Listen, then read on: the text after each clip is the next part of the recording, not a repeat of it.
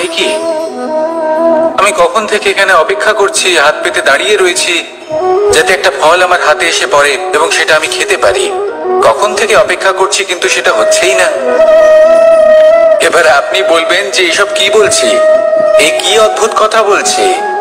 যদি ফল খেতে হয় তাহলে আমাকে বৃক্ষে চড়তে হবে, ফলের কাছে পৌঁছতে হবে, তবেই তো ফল পাবো। এবারে এটা অত্যন্ত সহজ ব্যাপার, কিন্তু এই বিষয়টা আপনি নিজের জীবনের প্রসঙ্গে ভেবে দেখুন। লক্ষ্য কোথায় আছে আপনি জানেন, সেই লক্ষ্যে পৌঁছানোর পথ কি সেটাও আপনি জানেন, সেই পথে চলার ক্ষমতাও আপনার রয়েছে, কিন্তু তাও আপনি নিজের লক্ষ্য লাভ করতে পারছেন না। কেন? কারণ আপনি অপেক্ষা করছেন যে লক্ষ্য আপনার সামনে চলে আসবে, কিন্তু তা হয় না। লক্ষ্য সে যাই হোক না কেন, ধন হোক, প্রেম হোক, কোনো সম্মান হোক বা মোক্ষ হোক, যদি আপনি তার দিকে অগ্রসর না হন তাহলে ফল প্রাপ্তি অসম্ভব ব্যাপার, তা কোনোদিনই হবে না। সেই জন্য আপনার চোখের সামনে আপনি যদি নিজের লক্ষ্যকে দেখতে পান তাহলে উঠুন এবং সেই দিকে অগ্রসর হতে শুরু করুন। নিজের অন্তরের সকল অশুভ গুণ দূর করুন, অলসতা ত্যাগ করুন, অজ্ঞানতা ত্যাগ করে দিন এবং চলতে থাকুন। অবশ্যই মনোবাঞ্ছিত ফল লাভ করতে পারবেন। মনে রাখবেন, চলতে থাকলে তবেই লক্ষ্য প্রাপ্তি হবে। অপেক্ষার দ্বারা শুধুমাত্র মৃত্যু লাভ হবে। আসুন আমার সাথে ভালোবেসে বলুন, রাধা রাধা।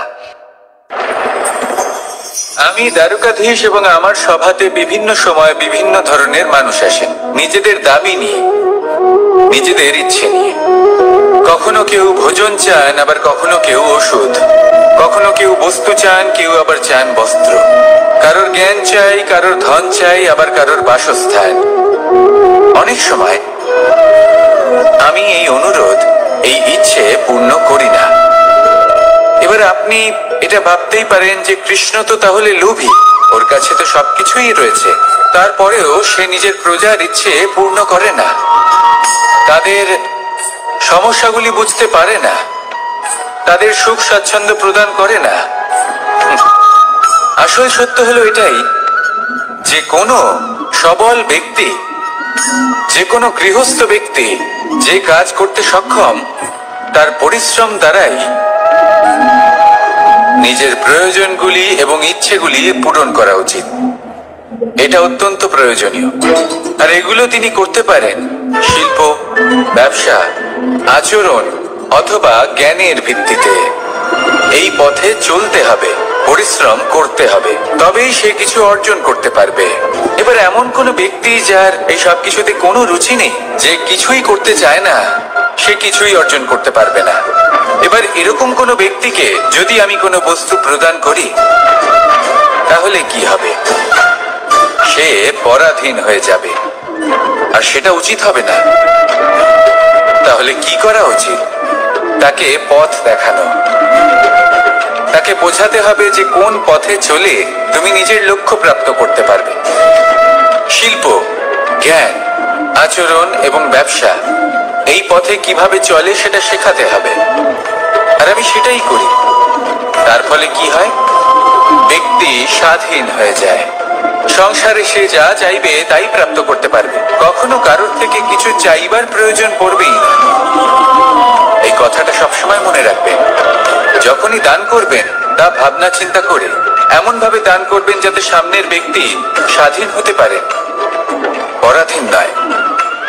আসুন আমার সাথে ভালোবেসে বলুন, রাধা রাধা। করতে শিখুন। পাণ্ডব, পাণ্ডবরা বন থেকে এসেছিলেন। ওনাদের কাছে না কোনো ধন ছিল, না কোনো সম্পদ, না বিদ্যা। নিজের পরিশ্রমের দ্বারা ওনারা বিদ্যা অর্জন করেছিলেন, আর তার দ্বারাই সম্পদ অর্জন করলেন আর ধনও অর্জন করলেন।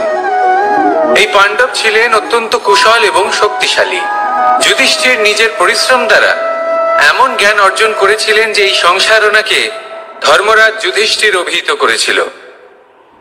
দেখতে গেলে পাণ্ডবদের কাছে সবকিছুই ছিল, কিন্তু যখন বিষয় এলো আরো ধন লাভ করার, তখন যুধিষ্ঠির, যিনি পাণ্ডবদের মধ্যে জ্যেষ্ঠ, তিনি সকল পাণ্ডবদের সাথে দ্যুত ক্রীড়ায় অংশগ্রহণ করে ফেললেন। এর ফলে না শুধু ধনলক্ষ্মী, ধর্মলক্ষ্মী, বিবেক লক্ষ্মীকেও হারালেন, আর শুধু তাই নয়, নিজের গৃহলক্ষ্মী দ্রৌপদীকেও হারিয়ে ফেললেন। এর কারণ কি? ভুলে গেলেন খুব সহজ একটা কথা, এই সংসারে সম্মান এবং সাফল্য দুটোই পরিশ্রমের দ্বারা লাভ করতে হয়। কিন্তু দ্রুতক্রীড়ার এই খেলা আমাদের ভাগ্যের উপর নির্ভরশীল। এই সংসারে দুটি পথ রয়েছে, একটা পথ যেখানে কর্ম এবং পরিশ্রমের দ্বারা আপনি নিজের পথ নিজেই রচনা করতে পারবেন, আর দ্বিতীয় পথ হলো যেখানে এই ভাগ্য এক মুহূর্তে আপনাকে শিখরেও পৌঁছে দিতে পারে, আবার ধূলিসাৎ করে দিতে পারে।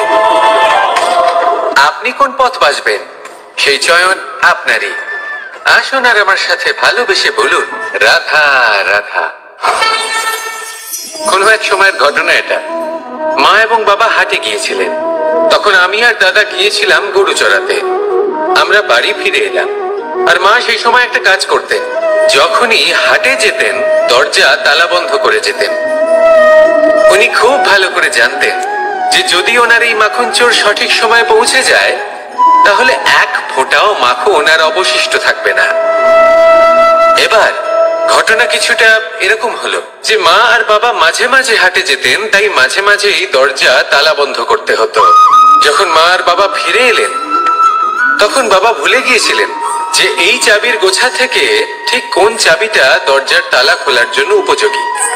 উনি চেষ্টা করতে শুরু করে দিলেন, একটার পর একটা চাবি দিয়ে উনি চেষ্টা করতে থাকলেন, কিন্তু সেই দরজার তালা তো খুলতেই চাইছিল না।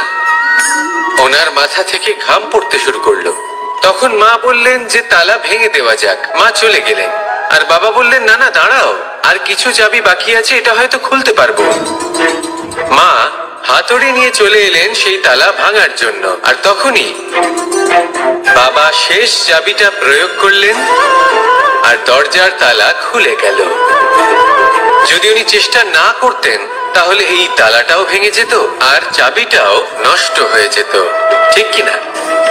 এবার এই ঘটনাটা আমি দেখেছিলাম, আর আমার মনে হলো যে কখনো কখনো এই চাবির গোছার মধ্যে থেকে শেষ চাবিটাও কিন্তু জীবনের দরজা খুলে দিতে পারে। সেজন্য আপনি যদি জীবনে সাফল্য লাভ করতে চেষ্টা করেন, নিজের লক্ষ্যে পৌঁছতে চান, তাহলে হার মানবেন না। হয়তো দেখবেন আপনার পরবর্তী প্রচেষ্টা বা এই অন্তিম প্রচেষ্টা আপনাকে সাফল্যের পথে নিয়ে গেল। তাই নিরন্তর প্রচেষ্টা করতে থাকুন, জীবনে সাফল্য লাভ করুন। যজ্ঞের আগুনকে শুভ বলে মনে করা হয়, আর সেখানেই চিতার আগুনকে অশুভ মনে করা হয়। এমনটা কেন হয়? এখানে বিষয়টা হলো লক্ষ্য, বিচার এবং সঙ্গের। যখন আমরা যজ্ঞ করি তখন আমাদের লক্ষ্য কি হয়? পরিবেশকে আরো পবিত্র করে তোলা, ইতিবাচক করে তোলা। আমাদের লক্ষ্য শুভ হয়। তারপরে আসে বিচার। এই পরিস্থিতিতে সেই বিচার হলো অগ্নি। স্ফুলিঙ্গ থেকে তীব্র আকার ধারণ করে সমস্ত কাঠকে পুড়িয়ে দেয় এবং সুগন্ধ ছড়িয়ে দেয়। অর্থাৎ যদি আপনার লক্ষ্য শুভ হয়, তাহলে তা নিজেই শুভ বিচারধারাকে আমন্ত্রণ জানায়। এই শুভ বিচার তখনই আসবে যখন আপনার সংকল্প শুভ হবে। অন্যদিকে হলো চিতার আগুন। এর লক্ষ্য কি? একটা দেহকে পরধামে পৌঁছে দেওয়া। সবার শেষে সবকিছু আপনার উপরে নির্ভরশীল যে আপনি কোনটা চয়ন করতে চান। আপনার লক্ষ্য যদি শুভ হয়, তাহলে আপনার বিচার এবং সঙ্গতি আর তার পরিণাম সবই শুভ হবে। আসুন আর আমার সাথে ভালোবেসে বলুন, রাধা রাধা। এই সংসারের প্রত্যেক বস্তুর, প্রত্যেক পরিস্থিতির, প্রত্যেক আবেগের দুটি দিক আছে। এর মধ্যে পার্থক্য করা সম্ভব শুধুমাত্র দৃষ্টিভঙ্গির দ্বারা। যদি কোনো ব্যক্তি পর্বত শিখরে দাঁড়িয়ে থাকেন, তাহলে উনি এটাই দেখতে পাবেন যে এই জলের ধারা সমুদ্রের দিকে বয়ে চলেছে। আরেক ব্যক্তি যিনি সমুদ্রের কাছে দাঁড়িয়ে আছেন, তার এটাই মনে হবে যে এই জলের ধারা সমুদ্রের দিকে আসছে। এখানে বিষয়টা হলো দৃষ্টিভঙ্গির, আর এটাই সময়ের সাথেও হয়ে থাকে। অনেক সময় মানুষ চিন্তিত হয়ে পড়েন, ত্রস্ত হয়ে পড়েন যে তার কাছে হয়তো খুব কম সময় আছে, তাতে তিনি অনেক কিছুই করতে পারবেন না, আর একটু সময় থাকলে খুব ভালো হতো। তিনি এভাবেও ভাবতে পারেন যে অল্প হলেও সময় বাকি তো রয়েছে, অর্থাৎ যা অবশিষ্ট আছে তাকে সংরক্ষণও করা সম্ভব, তাতে জীবন যাপনও করা সম্ভব। আর আর এটা নির্ভর করছে আপনার উপর। তাই দৃষ্টিভঙ্গি ইতিবাচক রাখুন। জীবনে দুই ধরনের আবেগ রয়েছে যার কোনো মূল্য নেই। আমার কথার অর্থ এটা নয় যে এদের কোনো গুরুত্ব নেই, গুরুত্ব যথেষ্টই রয়েছে, শুধু এদের জন্য আপনাকে কোনো মূল্য দিতে হয় না। প্রথম আবেগ হলো আনন্দ, প্রসন্নতা। এটা আপনি যে কোনো জায়গায় খুঁজে পেতে পারেন যদি আপনি খুঁজে পেতে চান। আপনি কোনো